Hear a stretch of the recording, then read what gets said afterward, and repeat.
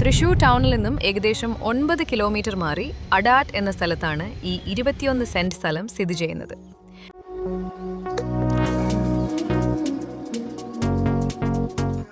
വീട് നിർമ്മിക്കാൻ വളരെ അനുയോജ്യമായ ഈ സ്ഥലം ആവശ്യാനുസരണം പ്ലോട്ടുകളായി ഭാഗിച്ചും നൽകുന്നതാണ്.